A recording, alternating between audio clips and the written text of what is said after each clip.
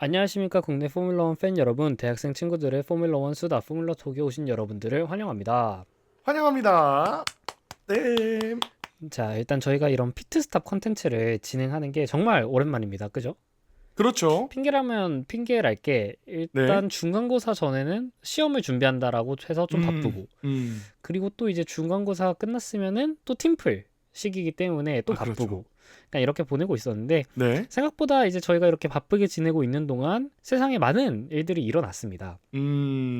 시계는 굴러갑니다. 그죠? 일단 저번 주에 수능이 있었어요. 네. 그래서 갑자기 또 생각난 게 각자 이제 수능 때 무슨 일이 있었나 이런 게 또 한번 이야기를 해보면 재밌지 않을까 해가지고, 음, 왜냐하면 또 저희가 이게 대학생들의 이 포뮬러1 이 수다하지 않습니까? 네. 그러니까 다른 F1 뭐 유튜브라던가 이제 그런 데랑 조금 차별화된다라고 한다면 저희가 대학생이라는 점이 사실 음, 하나의 약간 이 특징? 음, 특징이라고 할 수 있겠는데, 네. 뭐 이제 폴 씨는 수능 때 좀 어떤 느낌이셨는지 기억나십니까? 혹시? 그렇죠. 꽤 됐네요, 벌써. 음. 일단 저는 수능 공부를 안 했습니다. 수능 공부로 대학을 입시 준비를 하지 않았고, 음. 그래서 다른 학생들보다 너무나도 가벼운 마음으로 수능을 임했고요. 그러면 이미 수능을 보러 갔을 때는 합격이 확정된 상황으로 갔던 건가? 그것도 아닙니다. 그게 뭐야? 또, 예, 수능 한참 후에 이제 결과 발표가 돼가지고, 어. 그럼 수능은, 그럼 수능 때는 네, 약간 좀 긴장을 하셨어야 됐을 것 같은데 아, 그러면? 수능을 긴장을 전혀 안 했고, 어. 긴장을 전혀 안 한 만큼 자지도 않았습니다. 어. 가서 그냥 열심히 풀었어요. 열심히 아, 푸는데, 생각보다 그냥 약간 네, 모의고사 풀듯이. 그렇죠, 그렇죠. 어. 이를테면, 뭐 수학이 유형들 있지 않습니까? 뭐 그 1번부터 10번까지는 쉬운 게 나오고, 몇 아, 그쵸. 번이 킬러 문제고 이런 거 있잖아요. 지금도 그런진 모르겠습니다. 아직까지 네. 저희 때까지만 해도 아직 그 21번까지가 딱 객관식 문제였고 22번부터가 이 주관식이었잖아요. 그렇죠. 유형이 그 번호별로 나뉘어져 있었죠. 그쵸. 그래서 뭐 21, 29, 30 이게 이제 음, 가장 어려운 딱 그 킬러 문항들이다. 한창 이럴 때 저희가 수능을 봤었는데, 그렇죠, 그렇죠. 그죠? 그랬는데 아무래도 다 풀려고 하다 보니까 이 그 수능 시험장에서 그 유형이 여기까지가 객관식이고 여기가 주관식이구나. 그거를 수능장에서 알았습니다. 아니, 이게 1년 내내 그거를 사실 네. 주변에서 하도 얘기를 하면은 모를 수가 없을 것 같은데 그 정도로 수능에 관심이 없었다. 그렇죠, 그렇죠. 저는 이제 수시 쪽에 조금 더 집중한 스타일이었고 그날 또 제 초등학교 동창 친한 친구가 식당을 하시는데 그 친구랑 같은 교실에서 봤거든요. 음, 네. 근데 그 식당을 하시다 보니까 반찬을 한 8개 싸주신 거예요. 어, 근데 저희 야, 오히려, 어머니도 오히려 부담되겠는데, 그거? 저희 어머니도 한요리 치시기 때문에 어, 반찬이 한 6개 있었나? 그래서 서로 이게 모여가지고 완전 그냥 구첩반상을 만들어 먹었네요, 그냥. 거의 한식 뷔페가 열렸습니다. 왜냐면 책상 4개를 모아서 어, 상을 깔았기 때문에 어, 네. 제 입장에서는 뭐 그냥 그런 해프닝이었지만 다른 친구들이 보기에는 하나 이벤트가 되지 않았을까 싶습니다. 아, 그렇게 또. 네. 저 같은 경우는 네. 수능 때 저도 왜냐면 대학을 수시로 왔기 때문에 이게 막 음. 엄청나게 힘든 상황이 아니었고, 그리고 네. 평소에 제가 목표하던 수준을 항상 모의고사에서 이제 기록을 하고 있었기 때문에 그냥 오. 실수만 안 하면 된다라고 이제 생각을 했는데, 근데 네. 사실 상황이 그렇지, 이게 수능에 다가오면은 사람이 어쩔 수 없이 긴장을 하게 되는 게, 제가 네. 전날에 잠을 진짜 못 잤습니다. 몇 시에 한 주무셨죠? 2시 반? 새벽 2시 반? 새벽 2시? 보통 수능 날은 6, 7시에 일어나야 그쵸, 한 그 되잖아요. 정도에 일어나야 되니까 한 잠을 5시간 정도밖에 못 잤던 걸로 제가 기억을 하는데, 네. 근데 이제 제가 그때 이제 수능을 앞두고서 네. 제가 이제 와서 이야기를 할 수 있지만은 제가 평소에 아이돌들을 좀 좋아합니다. 네. 근데 이제 아이돌들을 막 이렇게 빠돌이, 뭐 빠순이 요 정도로 이렇게 좋아한다라기보다는 네. 약간 아이돌 노래들을 좋아하고 음. 춤추는 걸 좋아하고 약간 그렇죠. 이런 느낌인데, 제가 수능을 앞두고서 하필 딱 그때 누구 한 명한테 엄청 빠진 거야. 그러니까 제 생애 최초의 약간 그 빠돌이 그 약간 팬심을 오. 수능 한 일주일 전에 고삐가 풀려버렸습니다. 오이? 그래서 그때 이제 제가 좋아했던 분이 이달의 소녀의 고원이라는 분이 계세요. 고원 씨 맞나요? 고원. 그죠, 고원 씨. 네. 그런 상황이었는데 네. 이제 수능 전날에 잠이 안 오니까 그냥 가만히 있어도 잠이 안 오는 거야. 네. 그때 이제 제가 또 유튜브를 켜가지고 네. 그 고원 씨 브이로그 같은 거를 보다가 잤어요. 이제 수능 전날에 그러다가 이제 2시 반에 잔 건데 네. 이제 평소에도 이게 항상 수험 생활을 하면서 전날에 늦게 자면 다음날 아침에 절대 그게 정상적으로 공부가 안 됐거든요. 머리가 안 돌아가죠. 그죠? 독서실에 가가지고 막 아침 내내 존 적도 있었고 이랬는데 음. 근데 그것도 신기하게 참 전날에 그렇게 늦게 잤는데도 네. 다음날 아침에 정말 하나도 졸리지가 않았어. 하나도 피곤하지가 않았어. 그 정신적 각성이라고 하죠. 약간 그런 것 같았어요. 네. 제가 그때 그 수능을 조금 먼 학교로 보러 가느라 이제 아침에 어머님께서 태워주셨던 걸로 제가 기억을 하는데 네. 근데 이제 그 타고 가면서도 되게 약간 스스로 신기하다. 왜 이렇게 안 피곤하지? 전날에 그런 짓을 하고 잤는데에도 불구하고 약간 이런 식으로 좀 했었었고 자 그렇게 저희가 한번 정리를 해보겠고 또 이제 요즘 하면은 굉장히 또 이제 이슈가 되는 것이 블랙 프라이데이가 또 요즘이지 않습니까? 아, 그렇죠. 여기저기서 그냥. 그죠? F1 이 굿즈를 하도 많이 사는 그 연료샵 Fuel for Fan F1 네. 팬분들은 많이 아실 만한 그런 이제 영국에 있는 웹사이트인데 그곳에서도 지금 굉장히 할인을 많이 하고 있기 때문에 네. 많은 분들이 가셔가지고 구매를 하셔도 괜찮을 것 같은데 이제 문제는 뭐냐면은 블랙 프라이데이를 하고 있는데 반대로 지금 거기는 이제 외국 웹사이트다 보니까 네. 환율이 미쳤어요 저희가 그러니까 달러로 결제를 해야 되는데 원화도 블랙 프라이데이야 지금 그래가지고 서로 원화가 상쇄가 지금 할인 돼서 중이다. 서로 상쇄가 돼가지고 딱히 그렇게 막 나름 계산기를 두드려 봤을 때 그렇게 싸진 않아. 플러스 마이너스 제로가 돼버렸네요. 근데 그렇다고 해서 절대로 정가를 주고 살 수는 없는 거긴 하거든요. 정가면 더 비싸지니까. 그쵸? 지금 보면은 보통 한 팀별로 이 F1 팀들의 이 반팔티 정도 하나가 보통 이제 싸게는 한 $50에서 네. 뭐 비싼 거는 한 $7, $80 합니다. 정가가. 와. 이게 $70라고 치는데 지금 환율이 뭐 거의 1,500원 가까이 되잖아요. 그렇죠. 한 1,400원이라고 쳐도 한 $70면은 이미 반팔티 하나에 10만 원이 넘는 거야. 와. 그러니까 이게 너무 힘들고 그러니까 이게 아무리 막 $30 이렇게 내려와도 반팔티 한 장에 여주 5만 원이다 하면은 살짝 글쎄요. 내가 과연 이걸 얼마나 입을 수 있을까? 특히나 이제 가장 힘든 게 페라리 같은 팀들이 페라리, 맥라렌 또 아니면은 그 레드불. 레드불은 남색이라서 그나마 입을 만해. 아니면 에스턴 마틴이라고 한다던가 자우버. 그러니까 이런 데들 티셔츠를 이렇게 사면요. 네. 이게 데일리로. 그러니까 이게 입기가 힘들어. 어디 나갈 때 입기가 굉장히 힘들고 네. 그러다 보니까 이제 주변에서 제 주변에도 포뮬러 팬들이 있는데 네. 옷을 살 때 보면은 대부분 메르세데스 옷을 많이 삽니다. 아, 무난무난한. 왜냐면 검은색이기 때문에 네. 이제 딱히 메르세데스 팬이 아님에도 불구하고 이게 좀 그러니까 그나마 이렇게 비싼 돈을 주고 샀으면은 네. 좀 평소에 입을 수 있어야 되는데 그나마 평소에 입을 만한 이 색깔과 디자인이 이 메르세데스밖에 안 된다. 아, 게다가 이 메르세데스가 올해부터 스폰서가 아디다스로 바뀌면서 네. 그냥 이 자체적으로 좀 디자인도 나쁘지 않거든요. 그냥 포뮬러 1에 모르는 사람이라고 하더라도 그냥 아디다스 후드티구나, 아디다스 집업이구나 이렇게 할 수 있기 때문에 그래서 약간 메르세데스와의 팬심에 관계없이 그냥 주변의 포뮬러 1을 보시는 많은 분들이 네. 메르세데스 키트를 많이 사시더라. 아, 약간 그런 것이 있겠습니다. 저도 한번 가서 구경을 해봐야겠습니다. 좋습니다. 자, 그래서 오랜만에 이제 다가온 저희 포뮬러2 피트스탑에서 오늘 다뤄볼 이야기는 바로 저희 방송일 기준으로 네. 겨우 이틀 전에 있었던 FIA 위원회에서 다룬 규정 변화와 관련된 그런 이야기가입니다. 내년도 규정 변화가 또 많지 않나요? 맞습니다. 사실 뭐 내년에 이미 규정 변화가 많은데 이번에 또 새로운 규정 변화들에 대해서 이 FIA에서 새로 논의를 했다라는 것이고 네. 또 사실 리뷰랑 프리뷰를 하면서 저희가 팀이나 아니면 선수 개개인에 대한 이슈들은 얼추 계속 정리를 해드렸어요. 네. 그럼 피트스탑에서 다룰 만한 내용은 조금 더 큰 차원에서의 이슈들이죠. 그러니까 네. 시즌 전체라던가 아니면 이 리그 전체에 관련된 그런 이슈들을 다뤄드려야 하는데 네. 이제 그것을 위해서 저희가 규정 변화라는 그런 재밌는 또 이슈가 있기 때문에 한번 가져와 봤다 이겁니다. 한번 체크해 보겠습니다. 그러면 이게 바로 적용이 되는 걸까요? 아니면 그것도 이제 논의되는 사항마다 살짝씩 다르기 때문에 한번 들으시면서 판단을 해보시면 될 것 같습니다. 오케이, 알겠습니다.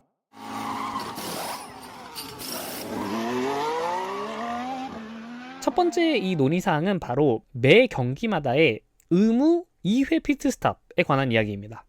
제일 유명한 거죠. 그죠? 사실 한 10월 말부터 계속해서 조금씩 기사가 나오기 시작하다가 이게 정식적으로 11월 14일 바로 직전 금요일이죠. 네. 직전 금요일에 있었던 FIA 위원회에서 이제 정식 안건으로 이렇게 올라와가지고 논의가 되었다라고 합니다. 네. 사실 올해부터 규정 변화로 인해서 모나코 레이스에 한해서는 의무적인 투스탑 경기가 이루어지긴 했습니다만 이게 과연 큰 의미가 있었나라는 생각도 들긴 해요. 실제 경기를 보시면서요. 그쵸. 이게 사실 글쎄 이게 투스탑이 있다고 해가지고 이전의 모나코와는 다른 양상이 딱히 올해 모나코에서 그렇게 일어난 것 같지 않다라는 생각을 제가 좀 했었었고, 네. 일단 이거를 왜 이야기를 하는지 그리고 현행 규정은 어떠한지 이거를 한번 살펴봐야 될 것 같은데, 네. 일단 현재 레이스 규정에 따르면 모나코를 제외하고서는 피트스탑 횟수에 대한 규정은 아예 없습니다. 다만 간접적으로 스프린트가 아닌 정식 레이스에서는 모든 차들이 한 레이스에서 출전했을 때 최소한 2개의 타이어 컴파운드를 사용해야 한다라는 규정이 있어요. 2개라면은 한 번은 해야 된다는 말씀이실까요? 그죠? 그러니까 이거를 피트스탑을 한 번 해라라고 적어놓진 않았지만은, 네. 레이스에 출전을 했어 그러면 최소 2개의 컴파운드를 사용하세요라는 이 규정을 적어놓음으로써 결과적으로 이제 간접적으로 어쨌든 논스탑 경기를 하지는 말라라는 얘기를 하고 있는 거야. 그러니까 적어도 뭐 소프트 미디엄을 가든 미디엄 하드를 가든 이런 식으로 해야 되지, 이걸 갖다가 이제 미디엄 이렇게 하면 안 된다라는 거긴 하겠죠. 아하, 네. 다만 이제 이거는 비가 내리는 경우에는 해당되지 않는 이야기이긴 합니다. 비가 내리지 않는 경우에는 해당이 안 된다고요? 그러니까 비가 내리는 경우에는 해당이 안 되는 규정입니다. 그러니까 예를 들어서 비가 내리는데 강제로 야 너 방금 인터 썼으니까 이번에는 미디움 써 이렇게는 할 수 없는 거 아닙니까? 비가 오고 있으니까. 그쵸, 비가 오고 있으니까. 그래가지고 이제 극단적인 상황에서는 웻 상황에서는 논스탑 레이스를 할 수는 있습니다. 아, 그렇군요. 실제로 그런 경우들도 있었어. 작년만 오. 하더라도 가끔 있었습니다. 네. 왜냐하면 타이어가 대부분 닳는 거의 대부분이 이 정말 물리적인 이렇게 뜯겨나감보다는 네. 보통은 그 열 관리에 실패해가지고 보통 과열됐을 때 타이어가 닳는 게 가장 심해요. 그러니까 과열됐을 때도 심하고 또 그 작동 온도 아래일 때도 심하고. 아, 뜨거워져서 거의 갈리는 느낌이군요. 그죠? 약간 그런 상황인데, 근데 웻 상황에서는 워낙에 그런 열 관리가 잘 되니까 네. 타이어 관리 자체가 애초에 좀 잘 되는 거야. 아하. 그래서 비가 내리는 상황에서는 타이어 관리가 쉽고, 만약에 뭐 그게 아니라고 한다면 슬릭 타이어로는 사실 애초에 피렐리에서는 타이어를 설계할 때 네. 하드 타이어 한 짝을 쓰더라도 전체 레이스를 끝낼 정도의 성능으로 만들어 놓지는 않았을 것 같아요. 네. 저번 폴리시 타임 때 말씀드렸던 거죠. 일부러 엄청 무르게 만든다. 그죠? 그러니까 애초에 그렇기 때문에 슬릭 타이어를 쓰고서는 논스탑이 애초에 물리적으로 가능하지 않다. 힘들다. 하지만 웻 상황에서는 가끔 그렇게 나올 수도 있고, 실제로 규정상으로도 문제가 없다. 웻 상황에서는, 비가 내리는 상황에서는. 네. 아무래도 타이어가 좀 비 때문에 식는 것도 있겠죠. 그렇죠. 방금 말씀드렸듯이 이제 과열 문제가 좀 통제가 되기 때문에 그런 부분들이 있겠는데, 네. 일단은 지금 이 논의가 시작 배경에 대해서 한번 이야기를 해봐야 될 것 같은데, 네. 지난 수십 년간 이 포뮬러 1에서 기술적인 발전이 이루어지면서 이제 시뮬레이션 소프트웨어는 원스탑 전략에 따라서 타이어를 관리하기 위한 최적의 페이스 계산을 정확하게 해낼 수 있다라고 합니다. 오. 그래서 원스탑을 사용하는 데에 전략적인 리스크라던가 아니면 변수 같은 것들이 없어. 내가 원스탑을 하고자 한다면 거의 모든 팀들이 어떻게든 원스탑을 할 수 있을 정도로 이걸 시뮬레이션을 돌려가지고 네. 그 정말 그렇게 시행을 할 수 있는 그런 실행력을 이제 모든 팀들이 갖췄다라는 겁니다. 그럼 왜 팀들이 다들 원스탑을 하고 싶어 하는가? 이런 것도 있겠는데, 뭐 사실 네. 이건 당연합니다. 왜냐하면은 피트스탑을 하게 되면 문제가 되는 점은, 첫 번째로는 피트스탑 그 자체가 변수이다. 그렇죠. 일단은 시간을 쓰죠. 네. 그러니까 이게 가장 커. 일단 피트스탑은 시간을 씁니다. 그렇죠. 게다가 완벽하게 될지는 상위권 팀이라고 할지라도 이게 매번 보장하기가 힘들어요. 이번 사실 시즌만 봐도 알죠.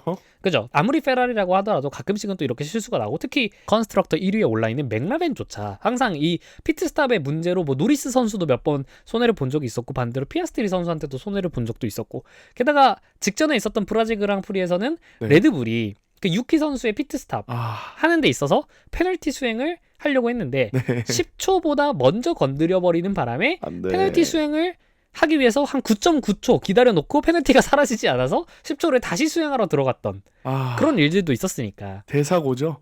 그죠? 그러니까 애초에 피트스탑 자체가 변수라는 거죠. 그리고 만약에 그렇게 피트스탑을 했을 때, 만약 피트스탑을 위해 들어오기 전에 네. 뒤에 선수와 30초, 40초 이렇게 격차가 나지 않는다면은 결국 많은 경우 이 클린에어를 포기하고 트래픽 뒤로 들어가게 된다라는 거잖아요. 그렇습니다. 다른 차 뒤로 들어가면은 물론 그 트래픽도 있고 그 추월하는 데 드는 시간과 에너지도 있을 테고요. 게다가 그거를 계속 따라가면서 그 더티에어로부터 받는 그런 영향들도 있을 거기 때문에, 아무튼 피트스탑을 하면 할수록 이것저것 레이스가 불리해지는 거는 당연한 겁니다.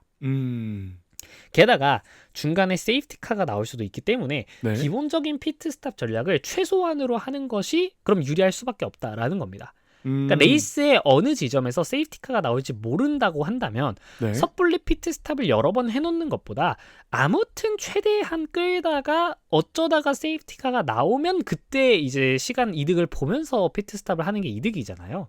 뭐 그러다가 안 나오면 뭐 그냥 피트스탑을 하면 되는 거고. 그러다 보니까 특히 올해부터 레이스를 보면은 원스탑이 아닌 레이스를 보기가 워낙에 힘듭니다. 그죠? 아, 그렇죠. 항상 저희가 뭐 통상적으로 이번 트랙은 원스탑 레이스다 아니면 뭐 투스탑 레이스다 이렇게 이야기하는 것도 네. 어느새부터는 저희가 말씀을 안 드렸던 게 이 팀들이 그냥 모든 트랙에서 원스탑을 다 가져가 버리니까 의미가 없어요. 아, 웬만하면. 그죠? 게다가 이게 미디움 하드 원스탑도 아니고 가끔 소프트 미디움 원스탑도 나옵니다. 그러니까 이게 말이 안 되잖아. 애초에 원스탑을 하는데 소프트가 껴있는 것부터가 뭔가 잘못됐다라는 생각이 들죠, 저희가. 더 무르게 만들어야 될까요? 소프트를? 이제 글쎄요. 이제 그거에 따른 여러 가지 방안들로 이제 사실 의무 투스탑 요것이 이제 논의가 되고 있는 배경이라고 할 수 있겠는데 네. 이제 실제 횟수로 한번 보도록 하자면 올해 지금까지 저희가 21번의 레이스를 했습니다. 직전에 브라질까지 합해가지고. 네. 그러면서 일단 횟수로 보자면 가장 피트스탑을 적게 한 팀은 알핀으로 21번의 레이스 동안 59회의 피트스탑을 했습니다. 네. 피트스탑을 가장 많이 한 팀은 레드불로 21회 레이스 동안 총 67회의 피트스탑을 했습니다. 엄청 또 격차가 크진 않아요. 근데 사실 또 이게 마냥 보기는 또 힘든 게 그럼 알핀이 타이어 관리를 잘한 건가요? 라고 하기에는 그러니까 만약에 중간에 차가 다 리타이어를 하는 경우에는 아예 그냥 피트스탑을 안 하고 레이스가 끝내버릴 수도 있기 때문에 오히려 그러니까 그런 것들 하나하나 저희가 또 이제 반영해서 계산하기는 힘들긴 합니다. 자, 어쨌든 각 레이스당 팀별로 차를 2대씩 출전시키기 때문에 그렇다면 각 팀이 42대의 차를 출격을 시켰고 그러면서 이제 시즌 동안 한 60회 초반 정도의 피트스탑을 한 셈입니다. 네. 이러면 지금 차 한 대당 실제로 레이스를 한 번 하면은 피트스탑을 1.5회도 안 한다는 이야기가 되거든요. 네. 실제로 리그 평균으로 직전 브라질까지 차 한 대당 레이스 한 번 평균 피트스탑 횟수는 1.49회입니다. 자, 이걸 작년하고 비교를 해보자면 작년에는 24번의 레이스에서 평균적으로 차 한 대당 레이스 한 번에 1.53회의 피트스탑을 했고요. 네. 게다가 10년 전 2015년 포뮬러 1 시즌에는 차 한 대당 1.8회를 했습니다. 작년은 사실 비슷한데 1.8에는 좀 많네요. 그러니까 점점 내려가는 추세인 거고 그리고 사실 애초에 1.5 밑으로 내려왔다라는 것 자체가 작년까지만 하더라도 차 한 대가 레이스 한 번에 1.53회 올해는 1.49회니까 그러면 레이스카를 아무나 딱 찍었을 때 이 차가 이번 레이스에서 투스탑을 할 확률과 원스탑을 할 확률 중 원스탑을 할 확률이 더 높다라는 게 되잖아요. 그렇네요. 한 1% 더 높네요. 이렇게 되면은 이제 레이스에서는 뭐가 문제가 되냐? 이 피트스탑을 하면 할수록 변수가 늘어나니까 피트스탑을 최대한 안 하기 위해서 드라이버들은 그 시뮬레이터가 제시해주는 원스탑이 가능한 페이스, 그러니까 최대한 타이어한테 무리를 주지 않는 정도의 페이스의 그 시간, 그 타겟 타임을 맞추기 위해서 드라이빙을 한다라는 겁니다. 그러니까 레이싱을 하면서 추월하고 상관없고 그러니까 어차피 내가 트랙에 제일 오래 남아있고 남들은 피트스탑 할 때 난 그때 달리면 이겨라는 생각 때문에 내가 정말 진심으로 달리면 1분 만에 달릴 수 있는 트랙이지만 이 타이어를 최대한 길게 끌고 가기 위해서 1분 10초대로 달린다던가 이런 일들이 발생을 한다라는 거죠. 이해됐습니다. 그죠? 그러면 이게 과연 우리가 이 포뮬러 1에서 보고 싶어하는 레이싱이냐 이런 문제가 생길 수 있는 것이고 사실상 이러면 뭐 내구 레이스랑 다를 게 뭡니까? 그죠? 타이어 내구 레이스. 사실상 정말 내구도를 관리하고 그지? 타이어를 관리하는 그런 레이스랑 다를 게 뭐냐 이런 거고 네. 그럼 이제 투스탑을 하게 된다면 기대하는 바가 무엇이냐? 드라이버들이 이 타이어 관리에 대해 걱정할 필요 없이 더욱더 강하게 밀어붙일 수 있으며 그렇다면 더욱더 다이내믹하고 추월이 많아지는 레이스가 된다라는 것이죠. 그래서 도입된 거군요. 그죠? 그래서 지금 애초에 논의가 시작이 되고 있는 것인데 일단은 여러 많은 사람들이 뭐 우려의 목소리도 있었고 지지의 목소리도 있었지만은 기본적으로 이 포뮬러 1의 상업적 권리를 보유하고 있는 리버티 미디어가 이걸 굉장히 좀 강력하게 원한다라고 합니다. 뭐 근데 애초에 이쪽은 정말 말 그대로 이 상업적 권리를 보유한 쪽이다 보니까 그러니까 어떻게든 이 레이스가 더 재밌고 돈이 되는 방향으로 흘러가기를 원하는 분들이에요. 더 버라이어티해질까? 그쵸? 고민하는. 어떻게 하면 더 버라이티하고 어떻게 하면 더 엔터테인먼트적인 성격이 강해질까를 이제 고민하는 그쪽이기 때문에 뭐 당연히 리버티 미디어 입장에서는 지금의 레이스는 너무 지루하다라고 생각할 수도 있겠죠. 자, 그래서 지금 여러 가지 논의가 되고 있는데 첫 번째 방안은 하나의 레이스에서 기존의 2개가 아닌 3개의 컴파운드를 모두 사용하도록 요구하는 방안이 있습니다. 그러니까 차 한 대가 출전을 하면은 네. 레이스 한 번에 소프트, 미디움, 하드를 전부 한 번씩은 다 껴야 된다라는 규정을 만드는 것이죠. 오, 피트 스탑은 2번 하고요. 그죠? 그러니까 피트 스탑 횟수나 아니면 그 타이어의 순서에 관해서는 팀들이 알아서 자율적으로 정하도록 하되 네. 어쨌든 레이스 한 번에 그 3개의 타이어를 전부 써야 된다라는 규정인 거죠. 그래서 약간 조금 더 자율성을 보장해주는 방안이라고 할 수 있겠고, 네. 두 번째 안은 반대로 컴파운드 제한 없이 그냥 투 스탑을 하자라는 겁니다. 그러니까 이렇게 되면은 기존에 있었던 그 2 컴파운드를 써야 된다라는 제한마저 없애고 네. 정말 극단적으로 예를 들어 소프트로 레이스를 끝낼 수도 있는 거야. 하나로. 그죠? 그래서 여기에다가 이제 더해지는 제한은 각 타이어 세트당 레이스 전체 랩수의 45% 이상을 달리지 못하게 하는 방안이 이제 같이 추가가 된다라고 합니다. 그러니까 예를 들어서 네. 100랩짜리 레이스가 있다라고 친다면은 네. 어떤 타이어를 몇 번 쓰느냐, 어떤 타이어를 언제 쓰느냐 이런 건 관계가 없지만 네. 각 타이어별로 최대 45랩밖에 달리지 못한다라고 이렇게 규정을 두는 것이죠. 어쨌든 이런 방안들이 좀 논의가 되고 있고 네. 팬들의 반응과는 별개로 내부자들에 의하면 규정을 제대로 만들지 않는다면 차라리 역효과가 날 수도 있다라고 하면서 경계하는 시선들이 많다라고 합니다. 어떤 효과를 우려하는 걸까요? 사실 예를 들어서 올해 모나코도 보자면은 투스탑 레이스를 의무화했지만 어차피 타이어에 무디가 가는 트랙이 아니었어. 그렇죠. 그러니까 애초에 정말 물리적으로 투스탑이 필요한 경기는 아니었단 말이야. 그러다 보니까 그때 일부 팀들이 했던 전략이 뭐였냐면은 네. 첫 번째 랩에 피트스탑을 해버려요. 바로 그냥. 그러니까 그냥 그 2회를 해소를 먼저 시켜놓는 거야.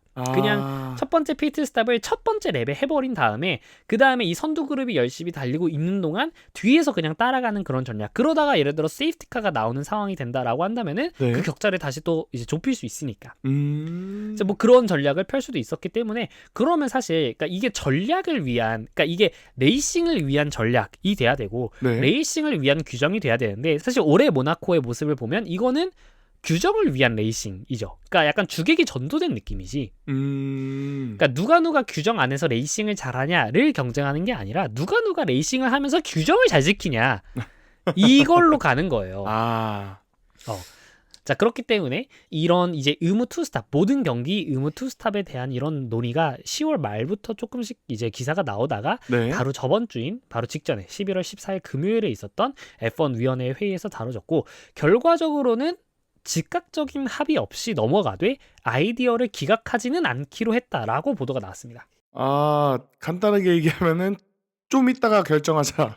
그치, 간단하게 얘기를 해보자면은 조금만 더 생각을 해보자라는 겁니다. 그러니까 어쨌든 팬들도 그렇고 이 F1의 많은 내부자들도 그렇고 그러니까 지금의 방식이 무언가 재미가 없다라는 거에는 다들 동감을 하고 있는 것 같아요. 다만 이거를 이제 바꾸는 데 있어서 너무 섣불리 바꾼다라고 한다면은 이제 오히려 혼란만 가중되고 정말 역효과가 날 수도 있기 때문에 네. 그 부분들을 많이 경계하고 있는 게 아닐까라고 생각을 합니다. 그렇습니다. 자, 실제로 이제 FI의 공식 성명에 따르면 그랑프리에서 의무적인 2회 피트 스톱을 모색하자는 제안이 타이어 사양 조정, 타이어 수명 제한, 그리고 레이스 중 3가지 컴파운드 사용과 함께 논의가 되었다. 그리고 이 주제에 대한 논의를 2026 시즌 동안 계속하기로 합의를 했으며 현재 합의된 변경사항은 없다라고 이야기를 했습니다. 그러면은 지금 FIA에서 논의를 한 거는 아까 전에 말씀드렸던 첫 번째로 3가지 컴파운드를 모두 사용하자라는 방안 이게 있겠고 두 번째는 타이어 수명 제한 이게 이제 각 타이어별로 45%만 달릴 수 있게 하자라는 게 있겠고 세 번째가 그러면 이제 타이어 사용 조정인데 이제 직접적으로 FIA에서 얘기를 해주진 않았지만은 아까 폴시가 말했듯이 전반적인 타이어를 전부 무르게 만드는 것도 어느 정도 논의가 된 것 같아요. 그러면 그러니까 아예 원스탑이 물리적으로 불가능하게 만드는 방안일 수도 있습니다. 그냥 아싸리 더 무르게 해버려가지고. 그쵸. 아예 그냥 모든 타이어를 싹 다 무르게 해버려가지고. 왜냐면은 사실 저도 보면은 레이스에서 가장 이상적인 거는 투스탑의 가장 기본이 돼 원스탑을 시도할 경우에 정말 관리와 그 방어를 잘 했을 때 그 이득을 봐서 정말 한 번씩 가끔씩 도박수로 원스톱을 던질 수 있게끔 만들어야 되는 그런 게 약간 이제 좀 이제 모두가 목표하는 방향이 아닐까라고 저는 생각을 하는데, 그렇죠. 황금 밸런스죠. 근데 아까도 말씀을 드렸듯이 피트스톱으로 인해 생기는 불이익은 확실해. 네. 그러니까 그거에 따른 변수라고 한다거나 뭐 뒤로 들어간다라고 한다거나 순위를 양보한다라고 한다거나 네. 이런 것처럼 피트스톱으로 인해 생기는 불이익은 확실한데, 반대로 피트스톱으로 인한 이익이 별로 없다라는 거예요. 아. 아하. 랩타임 몇 개 빠를 바에는 그냥 밖에서 계속 달리는 게 더 이득이 된다라는 거니까. 그렇다고 그럼 이제 그렇다고 그럼 이제 피렐리가 타이어를 만들 때 네. 예를 들어서 뭐 그런 방안도 있을 수 있습니다. 바깥쪽 타이어는 좀 단단하게 만들고 이 타이어의 안쪽은 되게 연약하게 만들어서 정말 타이어 성능이 딱 그 임계점을 지나는 순간 완전 그냥 바닥을 쳐버리게.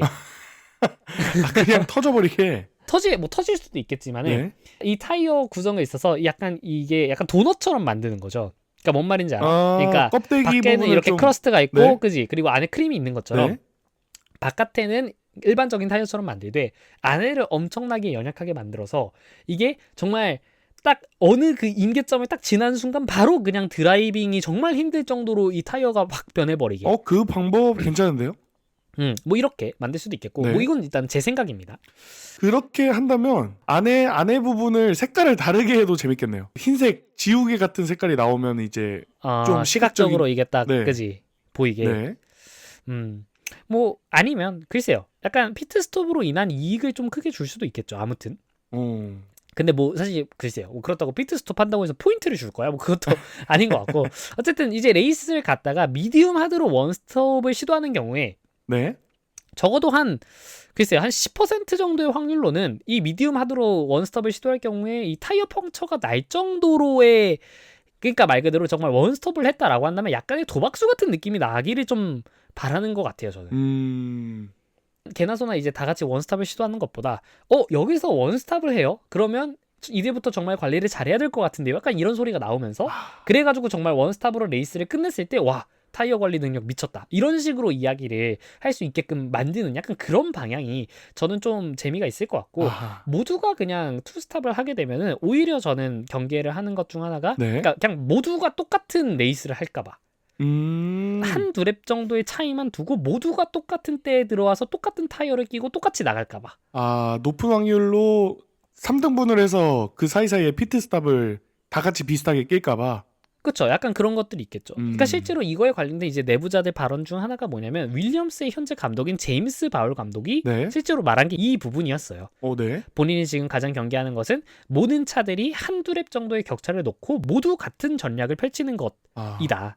그러니까 자기가 지금 제일 경계하는 것은. 그렇기 때문에 팀들한테 자율성을 최대한 주면서 레이스를 다이나믹하게 만들 만한 그런 규정을 네. 만들어야지, 이게 어떻게든 간에 약간 2번 무조건 해, 3번 무조건 해, 이런 식으로 얘기를 해버리면은 오히려 굉장히 좀 경직돼 버린다, 레이스가. 개노잼이 된다는 거죠. 그래서 뭐 글쎄요, 여러 가지 방안들이 이야기가 좀 나왔는데 폴 씨는 약간 좀 어떻게 보시나요? 저는 지금 계속 그 생각에 빠져 있었습니다. 그 타이어 겉부분은 좀 단단하게 만들고 속살을 부드럽게 만들면 어떻게 재밌게 해야 될까 하고 지금 말씀하시는 3분 내내 계속 생각하고 있었는데, 네. 점점 밝아지는 것도 만들 수 있다면은 만들어도 괜찮을 것 같고요. 우선 거기부터는 약간 이제 피렐리가 얼마나 기술력이 되냐로 가야겠죠, 그러면. 그렇죠. 그러니까 사실 애초에 그거를 과연 정말 글쎄요, 구현할 수 있을까? 그러니까 구현할 수 있을까? 정말 이게 공학적으로 이게 만드는 제조업자의 입장에서 저희는 정말 이렇게 약간 좀 간단하게 이야기를 해야 되지만, 막상 이거를 만드는 입장에서는 말도 안 될 수 있어요. 그지? 타이어 만드는 것도 모르는 놈들이 속편한 이야기를 한다, 이렇게 이야기를 하실 수도 있는 거고요. 그렇죠. 그리고 그 준씨 질문에 대한 현실적으로 생각을 해보면은 그러게요. 그 퍼센티지에 대한 조정이 있다면은 45%가 아니라 조금 더 높게 해도 괜찮을 것 같다는 생각입니다. 그러니까 어차피 약간 원스톱을 막고 싶어 하는 것 같으니까. 네. 그러면 뭐 49% 이렇게 할 수도 있지 않을까라는 생각은 들긴 하네요. 그리고 45%로 해놓으면은 딱 그 아까 윌리엄스 감독님이 말씀하신 것처럼 정말 딱 3등분해서 그냥 그 사이에 끼워 넣는 방식이 될 것 같아서요. 그럴 수도 있고 네. 어쨌든 그런 식으로 이제 랩의 제한을 좀 두게 된다라고 한다면은 네. 차량들이 달릴 때 이게 뒤로 가면 뒤로 갈수록 언제쯤 피트 스탑을 할지가 약간 예상이 되는 거잖아. 아, 그렇죠. 그게 오히려 예상이 되는 게 또 재미가 없지 않을까? 아니면 그게 약간 팀들한테 약점으로 작용할 수도 있고요. 야, 이제 어차피 앞으로 한 5랩 안에 언젠간 피트 스탑 해야 돼. 약간 이런 식으로 될 수도 있는 거니까. 그러네요. 드라이버들한테도 예측이 되는 상황이 될 수 있겠네요. 그러니까 서로 그게 되니까 글쎄요. 그러니까 사실 당장에 있는 이런 방안들이 있음에도 불구하고 사실 이렇게 좀 부작용들이 벌써부터 약간씩 생각이 나는데 그럼 정말 이런 규정들을 논의하는 FIA에서는 굉장히 좀 머리가 복잡할 것 같다라는 그런 생각입니다. 그렇습니다. 당장은 좀 지루한 것 같아서 바꿔보려고 하는데 바꾸기도 마냥 쉽지 않네요. 맞습니다.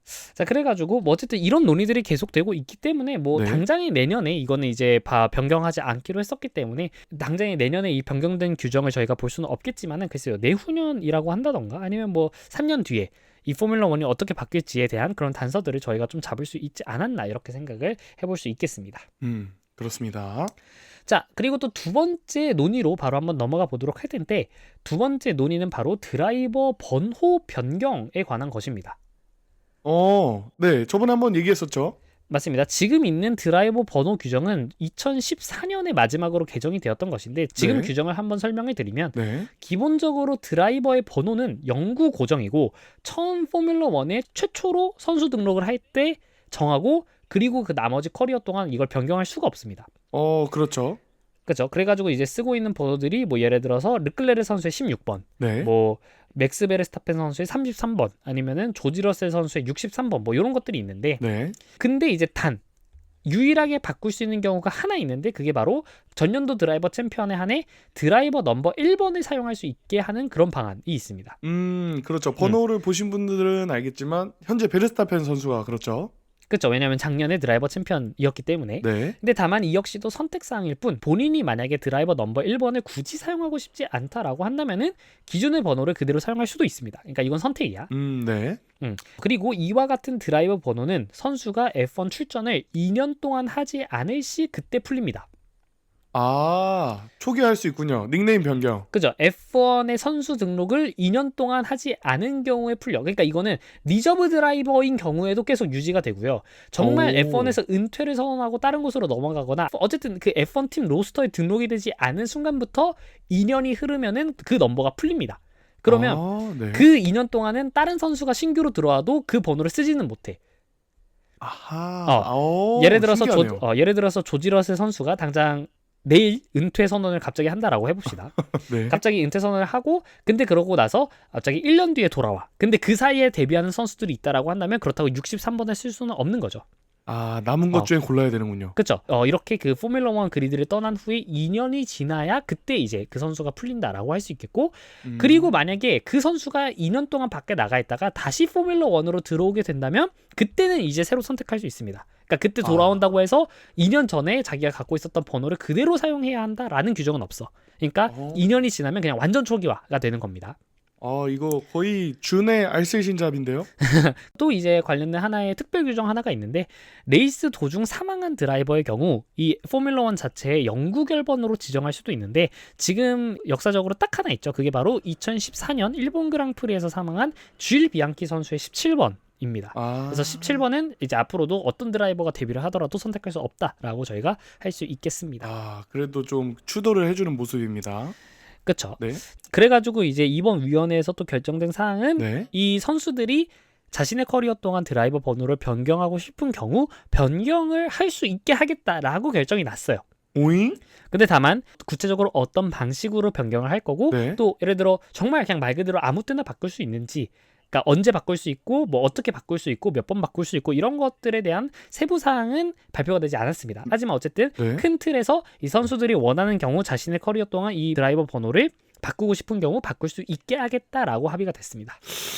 왜 그랬을까요? 글쎄요. 글쎄요.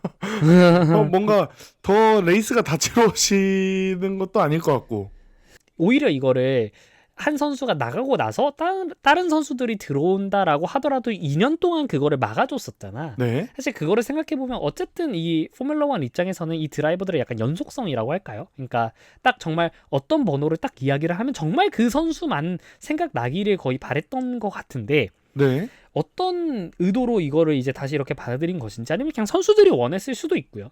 그러니까 예를 들어서 르클레르 선수도 지금 16번을 쓰는 게 사실 원래 61번을 쓰고 싶었는데 그때 당시 르클레르 선수가 데뷔했을 때 61번을 쓰는 선수가 있었기 때문에 아, 에라 모르겠다 해가지고 그냥 16번을 썼었다라고 제가 옛날에 인터뷰에서 봤었거든요. 그냥 앞뒤 숫자만 바꿨군요. 그죠. 약간 그런 식으로 네. 그러니까 그런 식으로 정말 이 드라이버 넘버가 선수들에게 과연 개인적으로 의미 있는 숫자인가 하면 그렇지 않은 경우도 많다라는 거야. 글쎄요. 왜냐면 다른 축구나 그런 것들도 봐도 야구, 뭐 농구 이런 것들 봐도 등번호를 그냥 막 바꾸긴 합니다. 뭐 자주 달라지죠. 또 특히나 이적할 때 항상 그런 일들이 많이 벌어지죠. 그러니까 팀을 이적했을 때 내가 원래 쓰던 그 등번호를 기존 팀의 기존 선수가 따로 쓰고 있었다라고 한다면은 갑자기 그냥 냈다 정말 새로운 번호를 쓴다라고 한다거나 그렇죠. 그러니까 이런 경우가 많기 때문에 뭐 굳이 사실 이거를 바꾼다라고 해서 막 팬들이 엄청나게 혼란스러워진다거나 그럴 것 같진 않긴 합니다. 근데 뭐 예를 들어서 이제 루이스 해밀턴 선수 같은 경우는 굳이 이거를 바꾸진 않겠죠. 그러니까 왜냐하면은 루이스 해밀턴 선수가 그 옷 브랜드 샵을 하나 하거든요. 네. 그러니까 옷 브랜드가 하나 있는데 네. 그 브랜드가 제가 기억하기로 브랜드 이름이 44 플러스야. 그러니까 약간 그러니까 그거를 갖다가 이런 식으로 자기 브랜드를 런칭을 해버리는 순간 이제 바꾸고 싶어도 못 바꾸는 거지. 아, 피곤해지겠네요. 바꾸면. 그죠? 오히려 바꾸면은 루이스 해밀턴이 44번도 아닌데 왜 브랜드 이름이 이거지? 약간 이런 식으로 되기 때문에 자 그래서 뭐 아니면은 글쎄요 뭐 루이스 해밀턴 선수가 왠지 그럴 것 같긴데 꼭 해밀턴 선수가 아니라고 한다더라도 네. 선수 중 한 명은 왠지 자기 드라이버 넘버를 문신으로 새긴 선수가 한 명쯤은 있지 않을까? 그러니까 오. 특히나 루이스 해밀턴 선수는 좀 문신이 여러 개가 있잖아요. 아, 그렇죠. 그중 하나는 44라고 쓰여져 있지 않을까? 라는 생각이 들고 그러면 글쎄요. 하긴 근데 또 포뮬러 1 선수들 중에서 문신이 많은 선수가 그렇게 또 딱 보이지 않긴 하네요. 그러게요. 저 당장 기억나는 거는 유일하게 해밀턴 선수밖에 없네요. 근데 그나마 해밀턴 선수가 이게 그 손에 문신이 있어가지고 저희가 그걸 그나마 가끔 볼 수 있지. 뭐 가슴이든지. 대부분 선수들이 왜냐면 그 드라이빙 슈트를 전신에 감고 있으니까 문신이 있다라고 한다더라도 저희가 그 선수들을 좀 적어도 반팔티나 반바지 이런 걸 입은 모습을 거의가 보기 힘들잖아요. 그러겠습니다. 그래가지고 모르는 걸 수도 있겠지만은 뭐 어쨌든 그럴 수도 있겠다라는 겁니다. 이건 한번 찾아봐야겠네요. 맞습니다. 자, 어쨌든 이것도 뭐 선수들이 원한 걸 수도 있고 어쨌든 규정이 또 이렇게 바뀌었다라는 겁니다. 그래서 앞으로 또 어떻게 확정이 되어서 또 과연 어느 선수들이 자신들의 드라이버 번호를 바꿔가지고 또 레이스에 임할지 저희가 한번 보도록 하겠습니다. 네, 지켜보겠습니다. 자, 그리고 마지막으로 또 규정 변화. 이것은 확정된 규정 변화고요. 실제로 당장 내년부터 적용이 될 규정인데 바로 네. 리버리 도색 규정에 관한 것입니다. 오, 생소해요. 이 규정의 이제 백그라운드, 왜 이런 규정이 논의가 네. 되느냐, 이 배경이 뭐냐면 바로 차량들이 너무 대놓고 카본 섬유들을 드러낸다라는 거예요. 이게 네. 왜냐면 차들이 다들 공차 중량 제한에 맞추기 위해서 도색을 최소한 하려고 해요. 페인트 무게도 있으니까. 그렇죠. 왜냐하면 이 승용차도 페인트 무게만 다 합쳐도 한 10kg 된다고 하지 않습니까? 그렇죠. 10kg, 20kg쯤 된다라고 하잖아요. 네. 그것처럼 이 도색도 최소화하려고 하고 이 스폰서 로고 스티커들을 붙이는 것도 정말 최대한 작게 붙이려고 한다라고 합니다. 재밌네요, 이거. 근데 이것에 대해서 이 역시나 이 포뮬러 1의 상업적 권리를 보유한 리버티 미디어 측에서 네. 너무 차량들이 시각적으로 대비되지 않는다 이렇게 문제 제기를 했다라고 합니다. 근데 사실은 제 생각에는 약간 그 스폰서 로고들이 제대로 노출되지 않는 점에 대해서 약간 좀 문제 제기를 한 것이 아닐까라고 생각을 해요. 그러니까 왜냐하면 결국 리버티 미디어는 상업적인 권리를 보유한 쪽이기 때문에 네. 그러니까 최대한 로고들을 크게 붙여가지고 광고비를 최대한 크게 받아내고 싶은 게 약간 얘네들의 속셈일 거라고 저는 생각을 합니다. 그렇습니다. 페인트 뭐 구분이 안 된다라고 하기에는 그렇진 않은 것 같거든요. 지금 딱 보면은 얼추 구분이 되는 것 같긴 해요. 네. 그죠? 중계 화면으로 보면은. 자, 그래서 그런 부분들이 있는데, 자, 결과적으로 이 부분에 대해서 회의가 합의가 됐어요. 그래가지고, 네. 내년부터 이제 이 새로운 규정이 적용이 될 것이고, 앞으로 차들은 차의 옆면과 그리고 윗면에서 각각 보이는 표면적의 55%를 카본 차체를 드러내지 않는 도색된 리버리 또는 스폰서 로고 스티커로 채워야 합니다. 절반 이상은 덮어라 이거군요. 그죠. 절반 이상은 도색으로 뭐 색깔을 덮든 아니면 스폰서 로고를 칠하든 이런 것들을 저희가 실제로 이제 합의를 해가지고 내년부터 적용이 된다라고 합니다.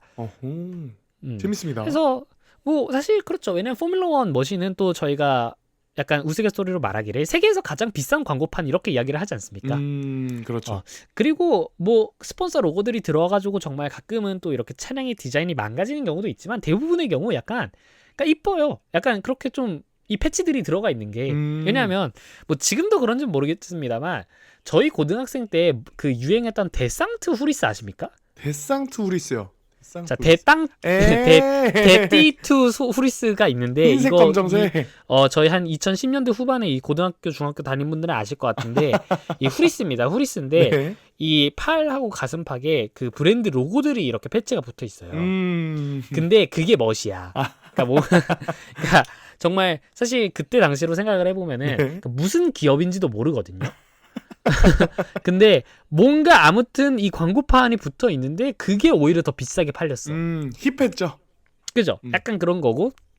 그리고 사실 F1 굿즈들도 보면은 네. 그 약간 로고들이 있는 게 좀 힙해요. 아, 그 레드불 재킷이 제일 먼저 떠오르네요.